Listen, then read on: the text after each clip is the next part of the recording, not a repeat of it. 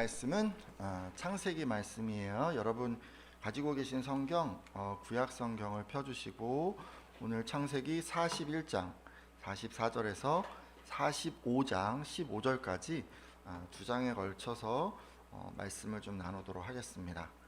오늘 제목 보셨나요? 용서는 내가, 하지만 회복은 하나님께서 하신다. 이런 제목입니다. 최근 우리가 창세기를 통해서 요셉의 삶을 돌아보고 있습니다. 지난 시간 하나님께서는 요셉을 이집트의 총리가 되게 하셨다고 했습니다. 하나님께서는 당신의 능력으로 모든 불가능한 것들을 가능하게 만드셔서 일개 죄인의 신분이었던 요셉을 순식간에 이집트 왕국의 총리로 세우셨습니다. 하지만 이런 과정을 겪으면서 요셉의 마음에는 늘 아픔이 자리 잡고 있었습니다. 바로 형들이 자기를 죽이려 했다는 것과 그들이 자신을 노예로 팔아버렸다는 사실입니다. 그렇죠, 여러분. 요셉이 지금 이집트 총리가 돼서 세상 모든 것을 다 가졌어도 형들에게 버림받았다는 그 사실은 그의 마음에 적지 않은 상처였으리라 추측해 봅니다. 근데 만일 이런 상황에서요, 여러분, 요셉이 그간 복수의 칼을 갈고 있었다면 어떻게 됐을까요? 그가 권력을 갖는 순간 수하에 날랜 병사들을 보내서 형들을 죽였을 것입니다. 여러분이라도 그렇게, 그죠? 그런 마음이 없으면 권력을 쥐는 순간 딱 그렇게 하지 않았겠습니까? 근데 말씀을 보면 요셉은 그렇게 하지 않았습니다. 왜냐고요? 요셉은 자기에게 해를 입힌 이 형들을 용서했기 때문입니다. 여러분 잠깐 생각해 봐요. 여러분, 용서가 뭐죠? 용서는 누군가 여러분에게 죄를 짓거나 잘못한 일이 있는데 그 사람을 꾸짖거나 벌하지 않고 그냥 덮어주는 거, 이런 것을 우리가 용서라고 합니다. 요셉이 형들을 용서했기 때문에 그들의 죄를 묻지 않고 그냥 덮어주었습니다. 자, 그러면 요셉은 어떻게 이 형들을 용서할 수 있었을까요? 혹자는 요셉이 이렇게 성공했으니까 넓은 아량이 생겨서 용서할 수 있었을 것이다, 이렇게 얘기하기도 합니다. 근데 여러분, 그런 사람은 근데 드문 것 같아요. 아무리 좋은 일을 만나고 성공한다 하더라도 성공하기까지 자기의 상처를 준 그런 사람들을 용서하는 것은 이게 전혀 다른 문제이기 때문입니다. 그래서 오늘은 말씀을 통해서 어떻게 요셉은 자기에게 해를 입힌 형들을 용서할 수 있었는지 살피고자 합니다. 그리고 요셉이 형들로부터 받은 이 마음의 상처가 어떻게 회복되었는지도 알아보고자 합니다. 말씀을 통해서 상처를 회복하는 비결을 발견하시기를 소망합니다. 자, 그럼 먼저요, 요셉은 어떻게 형들을 용서할 수 있었을까요? 성경은 그 이유를 밝히고 있지 않지만 안주인의 유혹도 말씀으로 이겨낸 것으로 보아서 정황상 하나님의 말씀에 대한 순종으로 그가 형들을 용서했다고 여겨집니다. 그러니까 하나님께서 용서하기를 원하시니까 그가 순종해서 용서했을 것이라는 말씀이죠. 자, 그렇다면 요셉은 어떤 말씀을 근거로 해서 용서했을까요? 잠시 성경에서 용서에 대한 세 개의 말씀을 찾아보면서 요셉이 어떤 이유로 형들을 용서했을지 한번 추론해 보고자 합니다. 자, 먼저 하나님께서는요, 이런 말씀을 하세요. 복수하지 말라, 이렇게 말씀을 하십니다. 잠언 24장 29절인데요. 뒤에 나오나요? 제가 읽어드리겠습니다. 너는 그가 내게 행함 같이 나도 그에게 행하여 그가 행한 대로 그 사람에게 갚겠다 말하지 말지니라. 아멘. 자, 하나님께서 뭐라 그러셨어요? 자신이 당한 대로 상대방에게 갚지 말라고 말씀하셨습니다. 한마디로 누군가로부터 이렇게 악하고 원통한 일을 당했어도 복수하지 말라는 것입니다. 이런 하나님의 말씀에 순종해서 요셉이 복수하지 않았다고 추측이 됩니다. 자, 그리고 또 한 가지 말씀이 있어요. 하나님께서는 원수 갚는 것을 하나님께 맡기라고 하셨습니다. 로마서 12장 19절 말씀인데요. 로마서 12장 19절 말씀 제가 읽겠습니다. 내 사랑하는 자들아, 너희가 친히 원수를 갚지 말고 하나님의 진노하심에 맡기라. 기록되었으되 원수 갚는 것이 내게 있으니 내가 갚으리라고 주께서 말씀하시니라. 아멘. 하나님께서는 이런 말씀도 해주셨어요. 원수 갚지 말라고 하시면서 그것을 당신에게 맡기라고 하셨습니다. 하나님께서 직접 원수를 갚아 주신다고 하시면서요.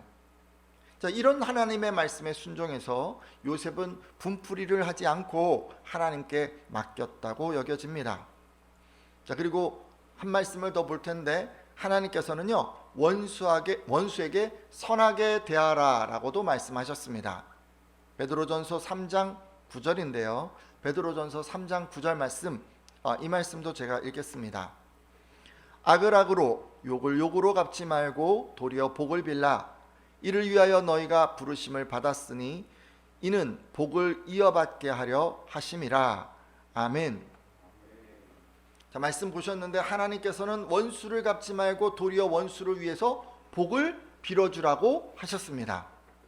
이 말씀은요 원수에게 절대 악하게 대하지 말고 선하게 대하라는 그런 말씀입니다. 모르긴 해도 요셉은 이 말씀에 근거해서 형들을 선하게 대했다고 추측해 봅니다.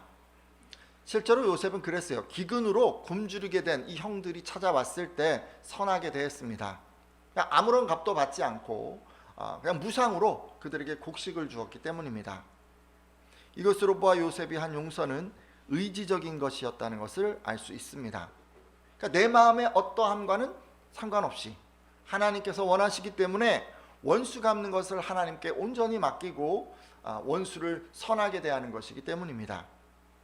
그렇죠, 여러분? 요셉은요 자기 감정과 상관없이 하나님의 말씀에 순종해서 용서했습니다. 오늘 함께한 예배자들도 이렇게 용서하시기를 바랍니다.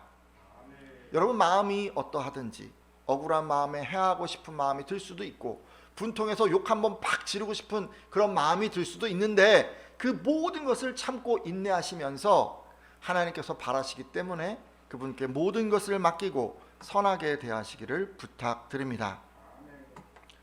자, 근데 이렇게 하면요 뭐 할 수는 있을 것 같은데 그러면 내 마음에, 여러분의 마음에 남은 그 상처는 어떻게 되는 것일까요?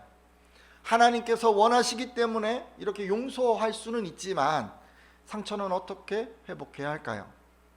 제목에서 제시한 바와 같이 용서는 의지적으로 우리가 하는 것이지만 마음에 남은 상처의 회복은 하나님께서 하십니다. 지금부터는요 그래서 요셉의 상처를 하나님께서 어떻게 치유하시는지도 살펴보도록 하겠습니다. 자, 하나님께서는요 요셉이 이집트의 총리가 되자 한 가지 깨달음을 주셨습니다. 그리고 그 깨달음을 통해서 상처가 회복되도록 하셨습니다. 자, 그러면 요셉이 깨달았던 그 깨달음, 그것은 무엇이었을까요? 우리는 그가 형들과 나눈 대화를 통해서 이것이 무엇인지 추측해 볼 수 있습니다. 창세기 45장 7절에서 8절까지 말씀인데요. 창세기 45장 7절에서 8절까지 말씀 함께 읽도록 하겠습니다. 하나님이 큰 구원으로 같이 읽습니다. 시작. 하나님이 큰 구원으로 당신들의 생명을 보존하고 당신들의 후손을 세상에 두시려고 나를 당신들보다 먼저 보내셨나니 그런즉 나를 이리로 보낸 이는 당신들이 아니요 하나님이시라. 하나님이 나를 바로에게 아버지로 삼으시고 그 온 집의 주로 삼으시며 애굽 온 땅의 통치자로 삼으셨나이다. 아멘.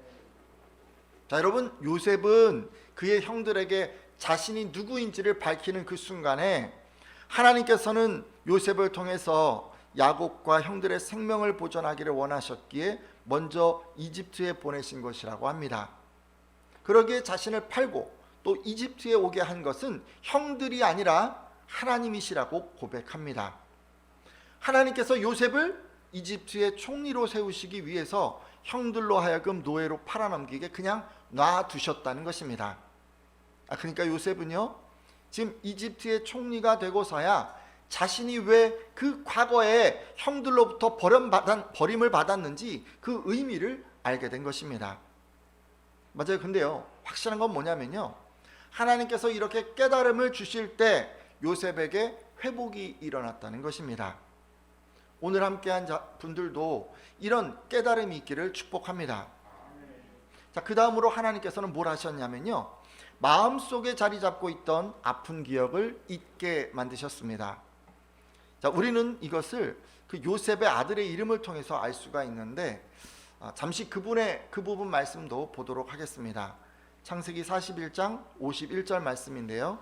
창세기 41장 51절 말씀입니다. 요셉이 같이 한번 읽겠습니다. 시작. 요셉이 그의 장남의 이름을 므낫세라 하였으니 하나님이 내게 내 모든 고난과 내 아버지의 온 집 일을 잊어버리게 하셨다 하미요. 아멘. 자, 요셉은요 총리가 된 다음에 아스나시라고 하는 그 여자와 결혼하게 됩니다. 그리고 나서 이제 풍년이 7년 있었잖아요, 그죠? 근데 이게 7년이 다 지나지 않았을 때 두 아들을 얻게 됩니다.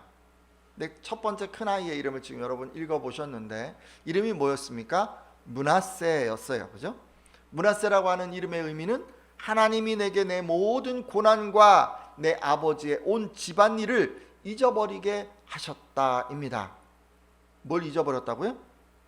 자기가 받은 모든 고난, 특히 그 아버지의 집에서 있었던 일, 형들에게 미움당하고 또 노예로 팔려져 나간 그 모든 일, 그런 것을 잊어버렸다고 합니다. 근데 특이한 게 있죠? 누가 그렇게 잊어버리게 만드셨다고 지금 고백합니까? 하나님께서 그 모든 기억들, 아픈 기억들, 그것들을 잊어버리게 만들어 주셨다고 합니다. 이것으로 보아 마음의 상처는 하나님께서 그 상처에 담긴 의미를 깨닫게 하시고 또 아픈 기억들을 잊게 만드실 때 회복된다는 것을 알 수가 있습니다. 그러므로 오늘 함께한 예배자들 가운데 상처가 있는 분 계시다면 이 두 가지를 위해서 하나님께 나아가서 기도해 주십시오. 도움을 구해 주십시오. 마음의 상처는 하나님께서 아물게 하는 것입니다. 이때 가장 중요한 건요 뭐였어요? 하나님 안에서 그 상처의 의미를 깨닫는 거예요. 여러분이 받은 그 상처가 어떤 의미인지를 알게 되는 거예요. 다른 말로 하자면 이런 거예요. 하나님의 마음과 하나님의 시각으로 내가 받은 그 상처를 바라보는 것입니다. 예를 들어 볼게요. 이렇게 좀 설명해 볼게요. 내게 왜 그 상처가 필요했는지를 하나님으로부터 아는 거예요. 하나님께서는 왜 그 상처를 받도록 허용하셨는지를 하나님으로부터 아는 거예요.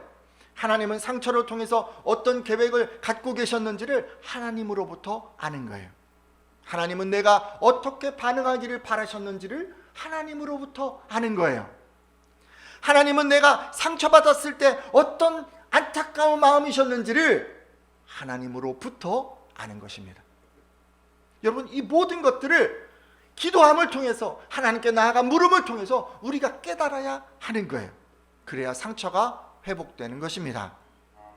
여러분, 그래서요 상처받은 분들은 이런 것들을 깨닫게 해달라고 하나님께 나아가서 기도해 주십시오. 자, 그리고 아픈 기억들을 잊어야 한다고 했어요. 하나님께서는요 여러분들을 힘들게 하고 괴롭히는 이 아픈 기억들을 잊게 만드실 수 있습니다. 그래서 그런 기억들의 어떤 트라우마에서 벗어나게 하실 수 있습니다. 따라서 오늘 함께한 예배자들은 하나님께 나아가 잊게 해달라고, 그 아픔들을 내 마음속에서 지워달라고 여러분 그렇게도 기도해 주십시오. 하나님께서 잊게 해 주십니다. 이 두 가지를 기도하는 분들마다 어떤 상처를 당하셨던지 하나님께서 온전하게 회복하실 줄로 믿습니다. 지금까지요 제가 표면적으로 우리가요 하는 어떤 용서, 그것은 의지적으로 우리가 하는 것이지만 우리가 받은 마음의 상처는 하나님께서 회복시킨다는 것, 그것을 말씀을 드렸습니다. 그리고 하나님께서는 상처의 의미를 깨닫게 하시고 또 아픔을 잊게 하심으로 회복시킨다고도 말씀을 드렸습니다. 자, 이제 궁금한 게 또 하나 있어요. 마지막으로 한 가지가 남았어요. 여러분, 그러면 상처를 이제 우리가 주고받는 과정에서 이제 이 어그러져 버린 이 관계 있잖아요. 그 관계는 어떻게 되는 것일까요? 상대를 용서하고 내가 받은 그 마음의 상처를 회복했어도 무너진 관계는 그대로인데 그럴 때 우리는 어떻게 해야 하는 것일까요? 사실 이 부분에 대해서 우리가 할 수 있는 것은 상대를 위한 기도밖에 없습니다. 왜냐하면 여러분, 관계는요 일방적인 게 아니에요. 서로 쌍방적인 거예요. 그렇기 때문에 우리가 그를 용서하고 또 우리 마음에 받은 상처를 회복했어도 상대가 뉘우치고 돌이키지 아니하면 이 관계가 정상화될 수 없기 때문입니다. 맞아요, 여러분. 무너진 그 관계를 정상화시키는 것은요, 여러분에게 달려있는 게 아니에요. 그건 누구에게 달려있는 거예요? 상대방에게 달려있어요. 상대방에게. 만일 상대가 계속 악을 행하고 또 돌이키지 아니하면 그 사람과의 관계는 그냥 평행선을 달릴 수밖에 없어요. 반면에 그 사람이 뉘우치고 돌이킨 것, 그것을 우리가 확인할 수만 있다면 우리는 그 사람과의 관계를 정상화할 수 있습니다. 다행히 우리는 요셉에게서 이런 관계 정상화를 확인해 볼 수 있는데요. 그들에게 어떤 일이 있었을까요? 어떤 일이 있었기에 그들의 관계가 정상화될 수 있었을까요? 한번 그 부분도 확인해 보도록 하겠습니다. 자, 요셉이요, 이집트의 총리가 된 후 고대 근동 지방에는 7년간의 풍년이 있었습니다. 그리고 예언한 대로 이 풍년이 끝나자마자 큰 흉년이 시작됐어요. 흉년이 들자 야곱은 막내 베냐민을 제외한 10명의 아들들을 이집트에 보냈습니다. 곡식을 사오게 하려고 보낸 거죠. 그래서 이 10명의 아들들이 그 요셉을 만나게 됩니다. 요셉의 나이가 한 몇 살 정도 됐을까요? 처음에 성경에 소개되는 나이가 17살로 소개됐으니 그가 이집트에 팔려가고 거기서 고생을 하고 그리고 30세가 되고 그리고 지금 한 7년 지나고 1년 또 지났으니 몇 살 됐을까요? 38세 정도 됐을까요? 그죠? 근데 이 형들이 요셉을 본 나이는 한 20살 될까 말까 그 정도 나이에 봤으니까 38세나 됐으면 엄청나게 지금 시간이 지났잖아요. 거의 몇 년 지난 거야? 한 20년 가까이 지났나요? 아무튼 그러니까 이게 이제 몰라보는 거예요. 이제 만났어요. 근데 요셉이 이집트 총리로 이제 모든 백성들이 이제 곡식을 사러 오면 다 이제 면접을 보고 어떻게 팔지 안 팔지 결정을 하고 이렇게 딱 앉아서 곡식을 딱 팔고 있었던 거예요. 이제 형들이 오니까 요셉은 딱 알아봤죠. 그리고는 모르는 채 하고 그들을 정탐꾼으로 몰아붙였습니다. 결국 형들은 결백함을 증명하려고 이 막내 베냐민을 데려오겠다, 이집트로. 이제 이런 식으로 이제 얘기를 하게 되죠. 근데 이 과정에서 요셉은 형들이 자기에게 향한 악을 행한 것을 뉘우치고 있다는 것을 알게 되었습니다. 창세기 42장 21절에서 22절까지인데요. 창세기 42장 21절에서 22절까지 말씀 보겠습니다. 그들이 서로 말하되, 우리 같이 한번 읽어볼까요? 시작. 그들이 서로 말하되 우리가 아우의 일로 말미암아 범죄하였도다. 그가 우리에게 애걸할 때에 그 마음의 괴로움을 보고도 듣지 아니하였으므로 이 괴로움이 우리에게 임하도다. 르우벤이 그들에게 대답하여 이르되 내가 너희에게 그 아이에 대하여 죄를 짓지 말라고 하지 아니하였더냐. 그래도 너희가 듣지 아니하였느니라. 그러므로 그의 핏값을 치르게 되었도다 하니. 아멘. 형들이 지금 뭐라고 고백하고 있냐면 요셉을 팔은 일로 그들이 범죄하였다라고 지금 고백을 하고 있습니다. 그리고 맏형 르우벤은 뭐라고까지 얘기를 했냐면 요셉을 해한 그 죄값을 우리가 지금 치르는 거다라고 지금 고백하고 있어요. 맞아요. 지금 요셉의 형들은 그들이 오래전에 그 요셉에게 지은 죄를 기억하고 뉘우치고 있었던 것입니다. 하지만 여러분, 이것만으로는 여러분 무너진 관계를 정상화할 수 없습니다. 그렇죠? 형들이 말로만 뉘우치는 게 아니라 실제로 바뀌었는지를 확인하는 게 필요했습니다. 자, 그러면 요셉은 그 후에 어떻게 이것을 확인했는지 한번 보도록 하겠습니다. 자, 그래서 결국요, 지금 9명의 형들이 돌아가게 되는데 둘째 시므온을 볼모로 남겨놓고 그리고 이제 집으로 돌아오게 됩니다. 근데 문제가 생겼어요. 집에 돌아와 보니까 이 곡식을 사면 대가로 이제 돈을 지불해야 되잖아요. 근데 그 돈이 그 자루에 그대로 있는 거예요. 그러니까 이게 물론 요셉이 다 꾸민 일이겠죠. 아니 그러면 이렇게 돈도 안 내고 곡식을 사왔으니 다시 돌아가면 어떻게 될까요? 사기꾼으로 몰릴 수 있지 않겠습니까? 만약에 이 일로 요셉이 벌을 내린다 해도 그들은 뭐라고 변론하기 힘든 그런 상황인 것입니다. 근데 아버지 야곱이요, 이런 사실을 확인하고 절대 막내 베냐민을 보내지 못하겠다고 말합니다. 아버지 야곱은 이렇게 얘기를 해요. 내 아들은 너희와 함께 내려가지 못한다. 그의 형은 죽었고 그만 남았는데 만일 너희가 그를 데리고 가는 도중에 그에게 무슨 일이라도 일어난다면 너희는 백발이 된 나를 슬픔 가운데서 무덤으로 내려보내는 자들이 될 것이다 라고 말했습니다. 그러니까 이 얘기 뭐예요? 베냐민이 만약에 무슨 일을 당하면 자신도 그냥 죽어버리겠다, 막 이런 식의 얘기 아닌가요? 아버지 야곱의 이런 강경한 태도에 이 형들은 시몬을 이집트에 남겨둔 채 그냥 시간을 보내게 됩니다. 하지만 뭐 이 기근이 멈추지 않는 거예요. 또 계속 기근이 연장이 되니까 결국은 이제 이들이 가진 그 곡식이 다 떨어진 거죠.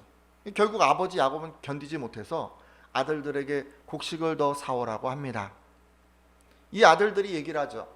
아버지, 막내 베냐민을 보내지 않으시면 그 사람은 절대 우리를 만나주지 않을 것입니다. 근데 이렇게 말하는데도 아버지가 그냥 꺼리고 머뭇거리고 있으니까 유다가 나서서 이렇게 얘기를 해요. 내가 목숨을 걸고 베냐민의 안전을 지키겠습니다 라고 말이죠. 그러자 야곱은 갑절의 돈과 예물을 싣고 베냐민을 데려가게 했습니다. 다시 이제 온 거예요. 곡식이 떨어져서. 근데 이집트에 이 형들이 다시 오니까 요셉이 식사 자리를 딱 만들어 놓고 이 사람들을 초청을 합니다. 그래서 이제 같이 식사를 하면서 아버지가 어떻게 지내시는지 이런 것들을 이제 묻게 되죠. 그 후 요셉은 또 한 가지 꾀를 생각해내는데 자기 수하에게 명령을 해서 야곱의 아들들의 자루에 양식과 돈을 채우게 하면서 이 베냐민의 자루에는 요셉이 사용하는 은잔을 넣게 했습니다. 뭘 넣었다고요? 은잔을 살짝 넣어버린 거예요. 다음 날 아침이 돼서 이제 형들이 돌아가게 되었어요. 근데 막 가는데 청지기가 막 쫓아오는 거예요. 그리고 너희들 거기 서라. 너희들이 우리 주인의 것을 훔쳤다. 라고 이제 얘기를 하면서 이들을 이제 도둑질을 한 혐의로 잡아갔습니다. 자루를 막 뒤진 거예요. 그러니까 누구 자루에서 은잔이 나왔겠어요? 베냐민의 자루에서. 그죠? 베냐민의 자루에서 나왔겠죠. 그러니까 베냐민을 범인으로 몰고자 하는 이 요셉의 꾀에 이 사람들이 그냥 완전히 넘어간 거예요. 그러니까 형들은 다시 형으로 다 붙잡혀 오게 되죠. 그리고는 이제 요셉 앞에 바싹 엎드려서 우리가 모두 종이 되겠습니다. 용서해 주세요. 라고 이들이 이제 엎드리게 되는데, 하지만 요셉은 오직 죄를 범한 베냐민만 내 곁에 머물러라. 그를 종으로 삼겠다라고 선언을 합니다. 다 돌려보내고 그냥 베냐민 자기 동생만 곁에 두고 싶었던 거예요. 자, 근데 이렇게 되니까 유다가 나섭니다. 그리고 자신이 대신 종이 되겠다고 자원을 합니다. 그 부분 말씀 보도록 하겠는데요. 창세기 44장 30절에서 33절까지 말씀입니다. 말씀이 좀 긴데 같이 읽도록 하겠습니다. 창세기 44장 30절에서 33절까지예요. 아버지의 생명과 같이 읽습니다. 시작. 아버지의 생명과 아이의 생명이 서로 하나로 묶여 있거늘 이제 내가 주의 종 우리 아버지에게 돌아갈 때 아이가 우리와 함께 가지 아니하면 아버지가 아이의 없음을 보고 죽으리니 이같이 되면 종들이 주의 종 우리 아버지가 흰머리로 슬퍼하며 스올로 내려가게 함이니이다. 주의 종이 내 아버지에게 아이를 담보하기를 내가 이를 아버지께로 데리고 돌아오지 아니하면 영영이 아버지께 죄짐을 지으리다 하였사오니 이제 주의 종으로 그 아이를 대신하여 머물러 있어 내 주의 종이 되게 하시고 그 아이는 그의 형제들과 함께 올려 보내소서. 아멘. 유다가 나서서 뭐라 그랬냐면요, 지금 이 막내 베냐민이 가지 않으면 우리 아버지 야곱이 죽게 될 것입니다 라고 그렇게 말을 하면서 자기가 아버지에게 목숨을 걸고 이 아이를 지키겠다고 약속을 했으니까 그 약속에 의해서 자신이 대신 종이 되겠다고 이야기를 합니다. 자, 그러면서 형제들과 그 베냐민을 돌려보내달라고 간청하게 되죠. 근데 이 과정에서요, 요셉은 자기를 팔자고 제안했던 이 유다가 진짜로 변했구나 라는 것을 알게 되었습니다. 여러분, 유다의 희생은 물론 아버지의 목숨을 구하기 위한 것이기도 했지만 한편으로는 자기가 사랑하는 동생 베냐민을 구하기 위한 것이기도 했습니다. 따라서 요셉은 이런 유다의 희생을 통해서 그가 진짜로 변했다는 것을 알게 되었으리라 추측해 봅니다. 예전에는 자기를 노예 상인에게 팔아버릴 정도로 악했지만 이제는 아버지와 자기 사랑하는 동생을 위해서 희생하는 사람이 되었다는 것을 그가 확인한 것입니다. 자, 이렇게 여러분 뉘우치고 또 변했다는 것을 확실히 알게 된 이 요셉은 그제서야 큰 소리로 울면서 자신이 누구인지를 밝힙니다. 이제 형들과의 관계를 정상화하기 위해서 자신의 손을 내민 것입니다. 그 부분 읽어볼 텐데요. 창세기 45장 4절에서 5절까지 말씀인데 제가 읽겠습니다. 창세기 45장 4절에서 5절까지입니다. 요셉이 형들에게 이르되 내게로 가까이 오소서. 그들이 가까이 가니 이르되 나는 당신들의 아우 요셉이니 당신들이 애굽에 판 자라. 당신들이 나를 이곳에 팔았다고 해서 근심하지 마소서. 한탄하지 마소서. 하나님이 생명을 구원하시려고 나를 당신들보다 먼저 보내셨나이다. 아멘. 요셉은 뭐라고 얘기합니까? 자신이 동생이라고 하는 걸 밝히면서 형들이 자신을 판 것도 다 하나님의 어떤 경륜 가운데 있었던 일임을 고백하며 절대 안갚음을 하지 않겠다고 약속을 합니다. 그리고 지금 읽지는 않았지만 이어지는 11절을 보면 아버지와 아버지의 가족과 아버지께 속한 모든 사람에게 부족함이 없도록 하겠나이다 라고 말을 합니다. 그러니까 형들에게까지도, 아버지뿐만 아니라 형들에게까지도 모든 필요를 다 채우겠습니다라고 그가 지금 약속을 한 거예요. 관계 정상화를 그가 지금 어떻게 하고 있어요? 시도하고 있는 거예요. 이를 통해 우리가 알 수 있는 게 있습니다. 여러분, 상처를 준 사람이 있을 수가 있어요. 그죠? 여러분 누구에게든지 상처를 받으셨을 수 있어요. 여러분 그 사람들과의 관계를 정상화하시려면요, 반드시 두 가지를 확인하셔야 합니다. 첫 번째, 뭘 확인해야 합니까? 상대방이 자신의 죄를 인정하고 뉘우치고 있는가, 이걸 여러분 먼저 확인하셔야 돼요. 둘째, 다시는 같은 죄를 반복하지 않도록 그가 충분히 변했는가도 여러분 확인하셔야 합니다. 이 두 가지를 확인하셔야 돼요. 여러분 이 두 가지를 확인하셔야 여러분 비로소 관계 정상화를 시도할 수 있는 것입니다. 만일 여러분 이런 확인 절차 없이 여러분이 서두르게 되면 어떻게 될까요? 물론 표면적으로 관계를 정상화할 수 있을 거예요. 하지만 여러분 반드시 후회하게 됩니다. 누구든 무너진 관계를 정상화하고 싶다면 서두르시면 안 됩니다. 서두르시면 안 돼요. 요셉처럼 하셔야 돼요. 돌다리를 두드리는 것처럼 확인하고 또 확인하면서, 그러면서 모든 것이 다 확인되었을 때 그때 손을 내미셔야 하는 것입니다. 이제 말씀을 맺고 기도하려고 하는데요, 용서에 대해서도 말씀드리고 상처의 어떤 회복에 대해서도 말씀드리고, 그리고 관계 정상화에 대해서도 말씀을 드렸습니다. 용서는 말씀에 순종해서 의지적으로 하는 것이라고 제가 말씀드렸어요. 혹시 용서하지 못했던 분들 계시면 이후로는 용서하겠다고 결단해 주십시오. 그리고 하나님께서 깨닫게 하시고 잊게 하셔서 우리 마음의 상처를 회복해 달라고 기도해 주십시오. 그리고 때로 우리 뭔가 불안하고 또 힘들어서 이 관계를 정상화하려고 서둘렀던 분들 계실 수 있는데, 그런 분들 돌이켜 주시고 이후로는 뉘우치고 변화되었는지를 충분히 확인하고 손을 내밀겠다고 결단해 주십시오. 이렇게 기도하는 분들마다 진정한 하나님의 회복을 경험하게 되리라 믿습니다.